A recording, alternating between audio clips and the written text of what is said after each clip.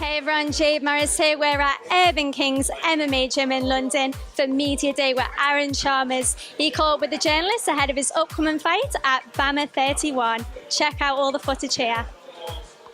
So you made your MMA debut against Greg Jenkins. Yeah. Do you feel relieved to have your debut over and done with? Because there was quite a lot of pressure in the lead up to that fight. I think that was the most pressure I'm ever going to have. I think now that pressure's off, the first one's done, I know what to expect.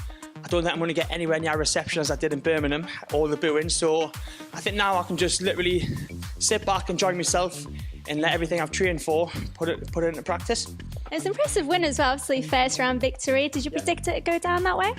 Do you know that what I won with is one of the first things I ever learned in jiu-jitsu, and it was just, I think maybe so lucky that he just gave us his arm that easily. Obviously Greg was a stand-up fighter, so maybe he wasn't that good at defending obviously any kind of jiu-jitsu, because he had us in an arm bar which I stood up and got out of. So yeah, I didn't predict it, but I'm happy it was done in the first round. And obviously your opponent, your next opponent, BAMA 31, it's not been announced yet. Can you give us any hints? Will it be a big fight? What can you tell us about it? The lad I'm fighting is called Alex Thompson. He's had 6 fights. He's 2-4, so I think 2 wins, 4 losses, but he's got a lot more experience than me in the cage. So it's going to be a lot tougher opponent. I think he's more of a wrestler, so he's going to obviously want to take it down. I want to keep it standing, but if he wants to go down and have a dog fight, then I'm more than happy to go down there and do it. And do you think you have silenced your critics, or do you think it'll take another fight to get them on your side? I don't think I'm ever going to silence my critics, but I don't think you can please everyone. Even if I won 10 fights in a row, there's still people going to be saying that it's a fix, it's this and that, but at the end of the day, I just come in here and enjoy myself. Do you know what I mean? I go in there, I really enjoy Birmingham. I'm looking forward to Wembley, so as long as I'm having fun, I'm going to keep doing it.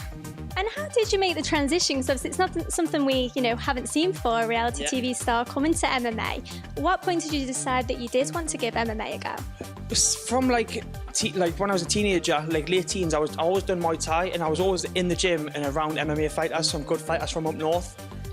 I just think it's such a big thing because of Jody Shaw. I think even if I had took up fucking darts or golf, I was going to get stick. The fact I've stepped in to get in the ring, a cage, and fight someone, obviously it's an even bigger factor, but any sport I'd have chose, I was going to get stick. So I just went for the hardest one. And I really enjoyed myself, so that's why I done it. And who are you training with for this fight? I'm training with Leon Edwards, his brother Fabian, Yannick, BAMA world title holder. A lot of good lads at UTC. So yeah, I'm probably getting at one of the best gyms in the country, living in Birmingham at the minute. So like I say, I don't think anyone that I'm going to be fighting is going to be getting or training as hard or with better fighters than me. And so when this fight does officially go down, what is your end goal? Is there anyone you have your eyes set on, or are you just, happy with whatever opponent you get given? I didn't have a plan, right? I haven't got a plan. I made my agent sit down and speak. But I've seen a lot of things flying around about CM Punk. Obviously the wrestler that transitioned to UFC, he lost his first fight. He hasn't fought since. So as far as I'm concerned, I'm never going to be a world champion. So I might as well just chase the money. So if CM Punk wanted a fight, that would be quite a good money fight. So yeah, I'll take CM Punk. And obviously with your training as well, so you've been training with the likes of Leon Edwards. How has it been to train under the likes of them? And do you feel that it's, increased your progression a lot faster in the sport? The good thing is we're training with, Leon was a friend before I started training with him. So obviously walking in the gym is a daunting task, do you know what I mean? Obviously I walked into Birmingham, there's a lot of, all the lads are fucking huge, all amazing fighters.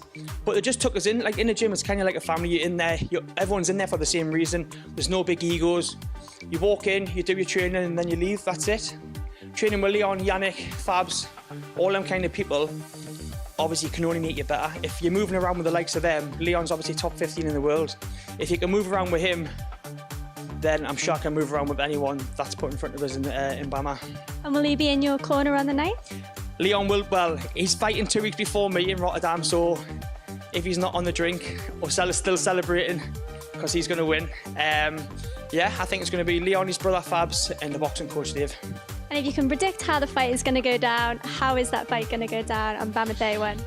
Prediction, I don't think it's going to be over as quick as the first one.